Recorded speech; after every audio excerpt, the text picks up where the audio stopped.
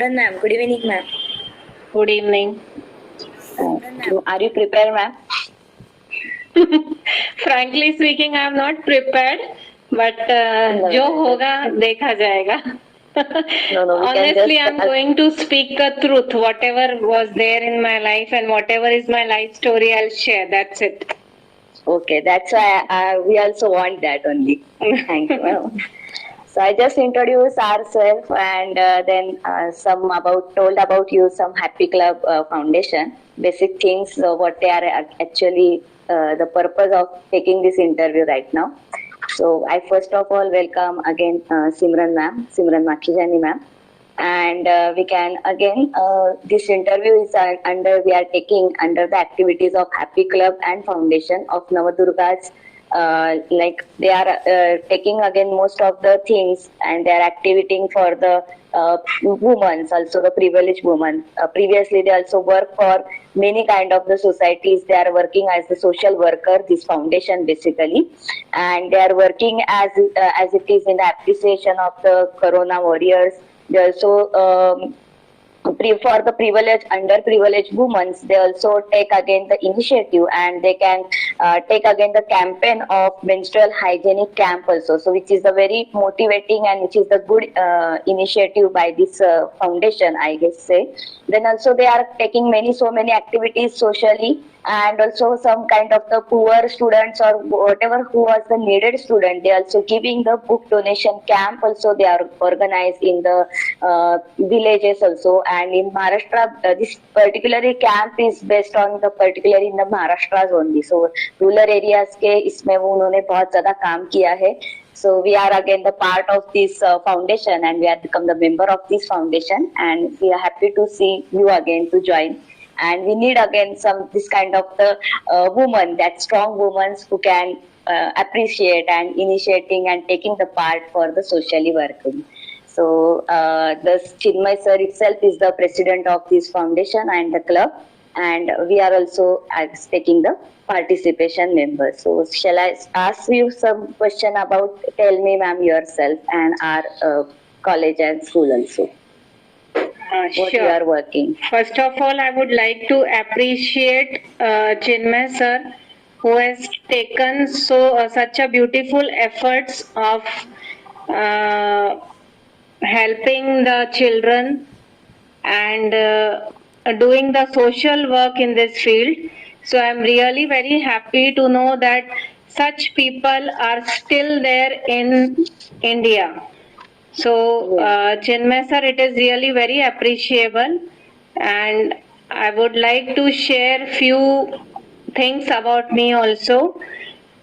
I am working in the educational field since 1998. So previously I was in Madhya Pradesh. I was working as a teacher over there for 4 years. Then after marriage I shifted to Nasik, and from 2005 continuously I am working in the educational institutions.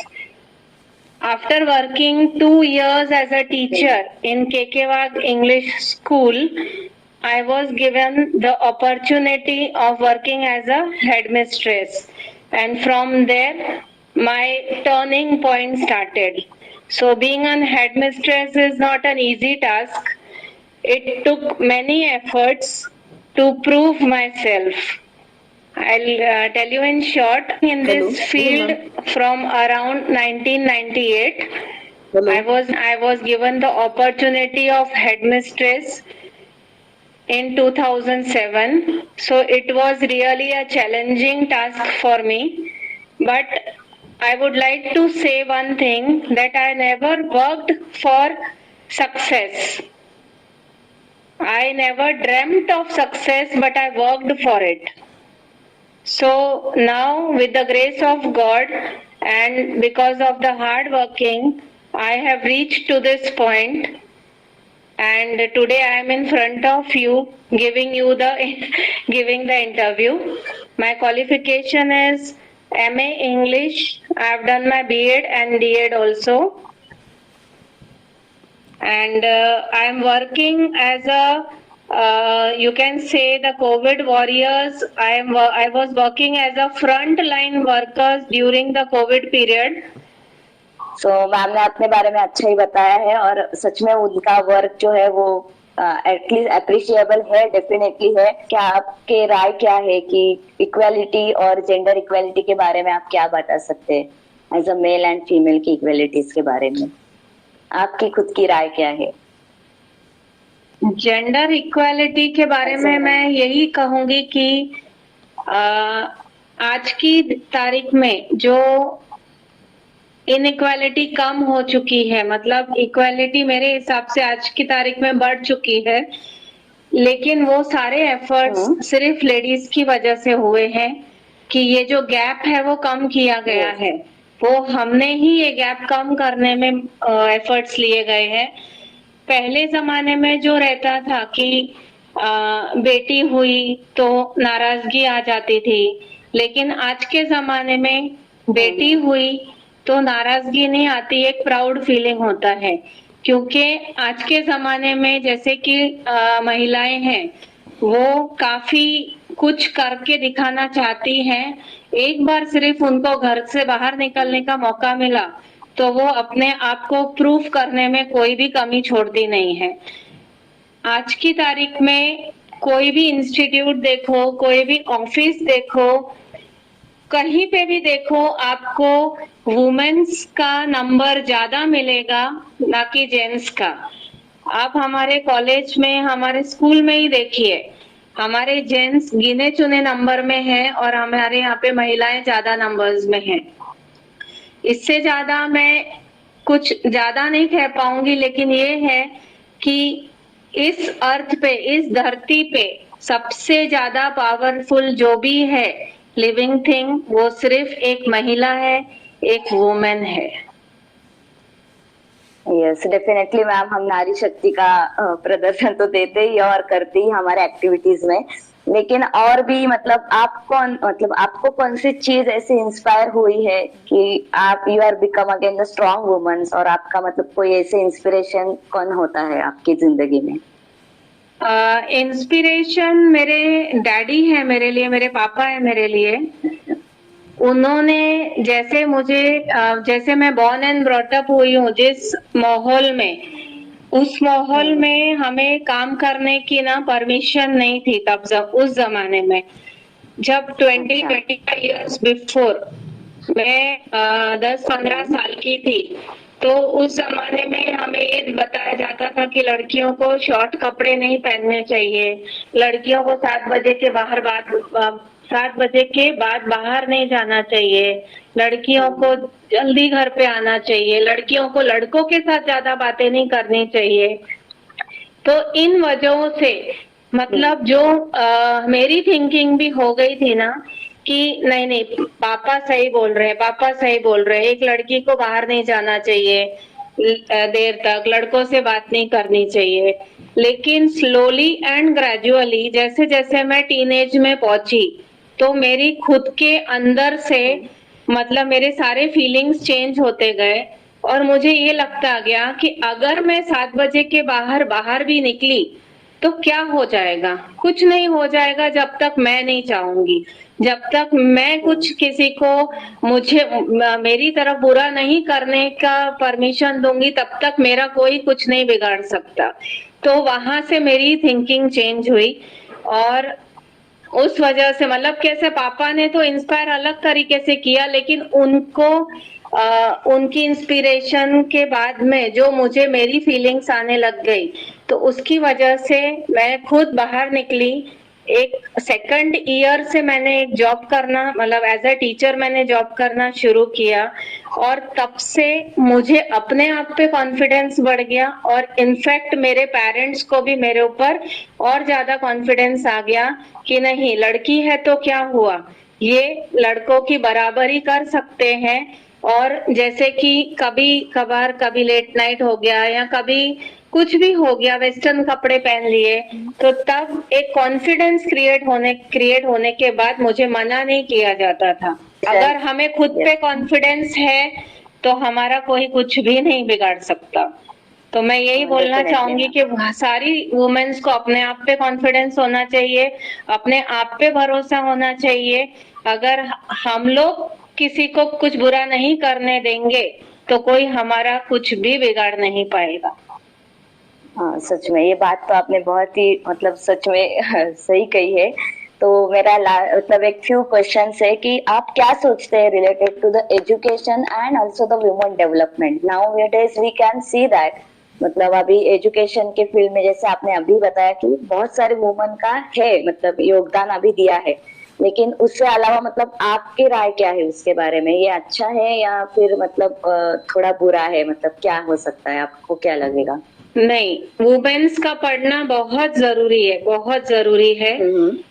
जैसे ही हम एक लड़के को बड़ा करते हैं कि बड़ा होके लड़का एक अफसर बनेगा, इंजीनियर बनेगा, डॉक्टर बनेगा, वैसे ही लड़की भी एक इंजीनियर, डॉक्टर और अफसर बन सकती है। आज कितनी पुलिस में महिलाएं हैं जो पुलिस के इसमें जॉब करके, फ्रंटलाइन वर्कर्स की तरह जॉब करके आज हमारे देश को बचाने का काम कर रहे हैं।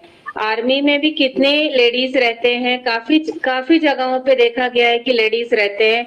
आज की तारीख में कोविड में जहां देखा वहां पे लेडी डॉक्टर्स, नर्सेस जिन्होंने डटकर काम किया है। तो इस केस में मैं यही कहना चाहूंगी कि एक लड़की का पढ़ना, एक वुमेन का पढ़ना बहुत जरूरी है।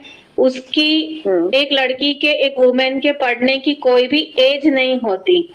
अगर वो आज की डेट में भी अगर वो चाहे, अगर एक माँ बनने के बाद, शादीशुदा औरत बनने के बाद अगर उसकी इच्छाएं अपूर्ण रह गई है और अगर वो पूरा करना चाहती है, तो हमें हमारी सोसाइटी को उस औरत का पूरा सपोर्ट करना चाहिए,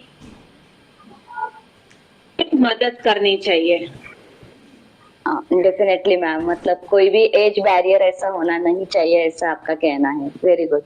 ऑल्सो कोरोना के क्राइसिस में जब हम अभी है तो उसका इफेक्ट और एजुकेशन के बारे में आपकी क्या राय है मैम? जैसे कि कोरोना का हमारा जो क्राइसिस था, ये पीरियड था पैंडेमिक का, एंड उसका इफेक्ट बहुत ज्यादा एजुकेशन सेक्टर में बहुत ज्यादा हुआ है।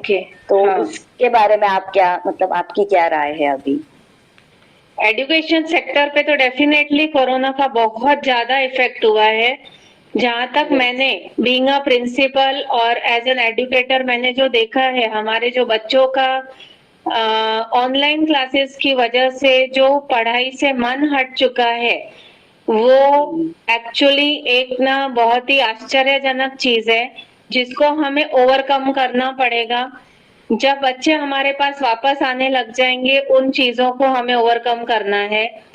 इफेक्ट तो बहुत बड़ा है, लेकिन उसमें पेरेंट्स, टीचर्स और बच्चे, इन तीनों का जो ट्रायंगल है, वो ट्रायंगल को फिर से हमें डेवलप करके उसमें रंग भरने पड़ेंगे। अगर आज बच्चों का मन उठ गया है पढ़ाई से, बच्चों को पढ़ाई में बिल्कुल इंटरेस्ट नहीं रहा है, लेकिन यही क्रिएट करने का काम आज मैं और मेरे टीचर्स करेंगे, एक बार बच्चे हमारे पास वापस आने लग जाएं तब। तो इन चीजों को जल्दी तो नहीं हो पाएगा, लेकिन हम 100% कोशिश जरूर करेंगे कि बच्चों को फिर से पढ़ाई में मन लगने लगे। और जो इफेक्ट हुआ है वो हम 1.5 साल वापस तो हमारा नहीं ला सकते, लेकिन कम से कम आगे के जो लाइफ स्पान है हमारा, उसको बहुत सक्सेसफुल, क्रिएटिव, अट्रैक्टिव बनाने की हम कोशिश कर सकते हैं। Very good ma'am. And also we can give the physically also, मतलब फिजिकल चालू हो गए तभी हम ये पॉसिबली मतलब हो सकता है कि कर जी सकते बिल्कुल हैं। बिल्कुल। और ऑनलाइन के हिसाब से तो बहुत ज्यादा हमने किया ही है सबने, मतलब आप सबने एफर्ट्स लिया है as a educator, as a principal. We definitely know your works also, what is going on again. So my last question is, what will be you give the message to the women, our Maharashtrian or all Indian women? तो आपकी तरफ से message क्या आ जाएगा? मैं उनके लिए एक कोट बोलना चाहूंगी। एक कोट ऐसा है कि the empowered women is powerful beyond measures and beautiful beyond description. मतलब the empowered women is powerful. अगर आज हमने अपनी शक्ति पहचानना शुरू कर दिया, अगर मुझे पता है कि आज मेरे में कितनी काबिलियत है, तो बिल्कुल भी कोई मुझे कहीं रोक नहीं सकता मुझे सक्सेसफुल बनने से, मुझे आगे बढ़ने से। तो मैं सारे महिलाओं को यही बोलना चाहूंगी कि अगर आप में सच में कुछ कर दिखाने की चाहत है, तो आप पीछे मत हटिए। हमारे जैसे लोग, हमारे जो भी दुनिया में जो वर्किंग लेडीज है, वो हाउस होल्ड लेडीज को 100% सपोर्ट करेंगे और उनको आगे बढ़ने की हिम्मत देंगे। और बस मेरा यही कहना है सारी महिलाओं से कि कर दिखाने की चाहत को कभी भी पीछे मत रखिए और बस अपने आप को प्रूफ करने की हिम्मत रखिए। Very good, ma'am. On that note, on this special note, now this you are just telling me that हम करके दिखाएंगे। एंड ये नवदुर्गा का जो एक्टिविटीज है उसमें वही था कि 4 to 5 मतलब अभी हमने ऐसे लेडीज और एम्पावर वुमन को ही हमने इंट्रोड्यूस किया है सबके सामने। तो इसी बात पे हम यहाँ पे इंटरव्यूज जो है वो मेरे क्वेश्चंस तो खत्म होते हैं। Thank you so much. Thank you, ma'am, for giving your precious time for us. Thank you, ma'am. Thank you.